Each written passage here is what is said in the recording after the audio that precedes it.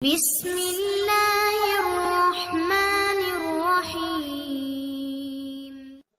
میرے پیارے اسلامی بھائیوں اور بہنوں، آج کے بیان کا عنوان ہے گناہوں کی پہچان اور حقیقت۔ یہ ایسا موضوع ہے جو ہماری دنیا اور آخرت دونوں کے لیے نہایت اہمیت رکھتا ہے۔ اگر انسان کو گناہوں کی پہچان نہ ہو تو وہ نیکی کا راستہ پا بھی لے تو چل نہیں سکتا، اور اگر گناہوں کو ہلکا سمجھ لے تو اس کی بربادی یقینی ہے۔ گناہ کا بنیادی تصور۔ گناہ دراصل وہ عمل ہے جو اللہ تعالیٰ کی نافرمانی اور رسول اکرم صلی اللہ علیہ وسلم کی سنت کی خلاف ورزی ہو۔ یعنی اللہ جس چیز سے منع کرے اور ہم پھر بھی کریں، یا جس چیز کا حکم دے اور ہم چھوڑ دیں، تو یہ گناہ ہے۔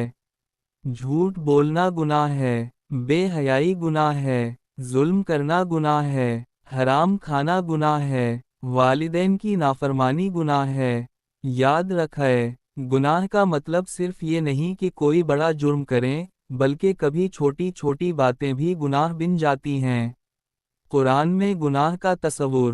اللہ تعالیٰ قرآن میں فرماتا ہے، اس سے زیادہ، اور جو کوئی برائی کرے گا تو وہ اپنے ہی خلاف کرے گا، اور اللہ ہرگز بندوں پر ظلم نہیں کرتا۔ النساء 111۔ اس آیت سے صاف معلوم ہوا کہ گناہ دراصل ہمارا اپنا نقصان ہے۔ اللہ تعالیٰ کو ہمارے گناہوں سے کچھ نہیں ہوتا، لیکن ہم اپنی آخرت برباد کرتے ہیں۔ ایک اور جگہ فرمایا، اس سے زیادہ، یقیناً نیکیوں کا بدلہ نیکی ہے اور برائیوں کا بدلہ ویسی ہی برائی ہے۔ الرحمن 60۔ یعنی گناہ کا بدلہ گناہ ہے اور نیکی کا بدلہ نیکی۔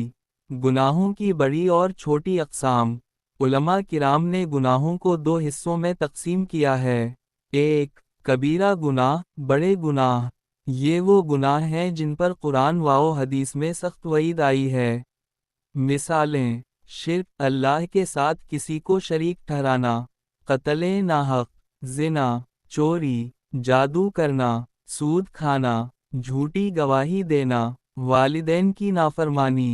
رسول صلی اللہ علیہ وسلم نے فرمایا، 7 ہلاک کرنے والے گناہوں سے بچو۔ سواد ہے الف بے نے عرض کیا، یا رسول اللہ صلی اللہ علیہ وسلم وہ کون سے ہیں؟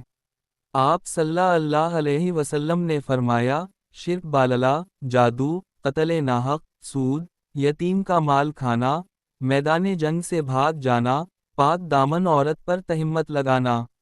بخاری، مسلم۔ 2، صغیرہ گناہ، چھوٹے گناہ۔ یہ وہ گناہ ہیں جن پر کوئی بڑی وعید نہیں لیکن بار بار کرنے سے یہ بھی بڑے گناہ بن جاتے ہیں۔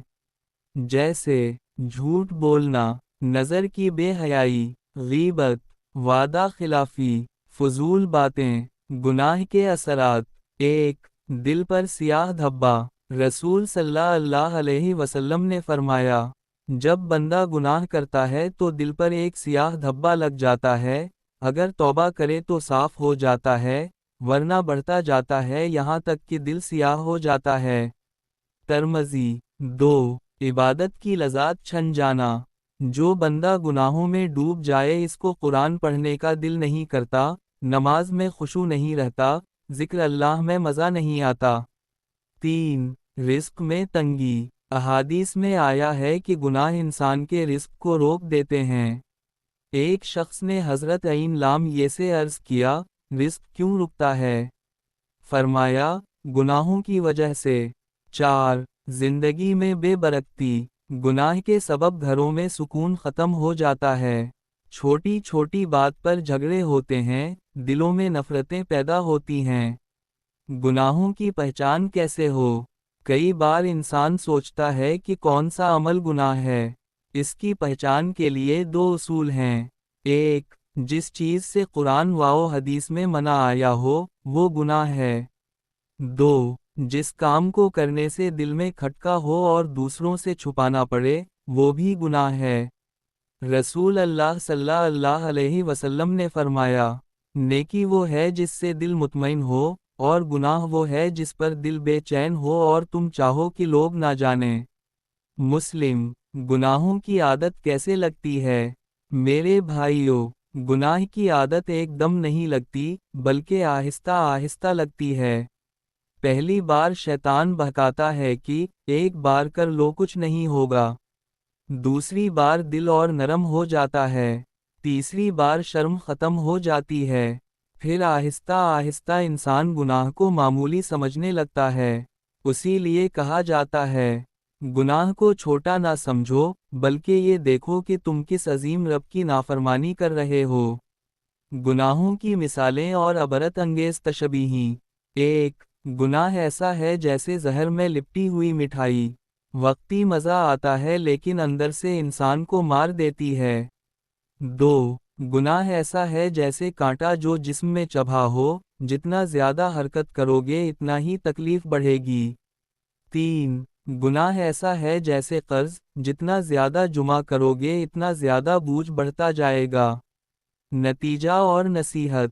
میرے عزیزو، ہم سب کو سب سے پہلے یہ کرنا ہوگا کہ گناہوں کی پہچان حاصل کریں، کبیرہ اور صغیرہ گناہوں میں فرق جانیں، گناہ کو ہلکا نہ سمجھیں، دل پر گناہوں کے اثرات کو یاد رکھیں، اپنے نفس اور شیطان کی چالوں سے ہوشیار رہیں۔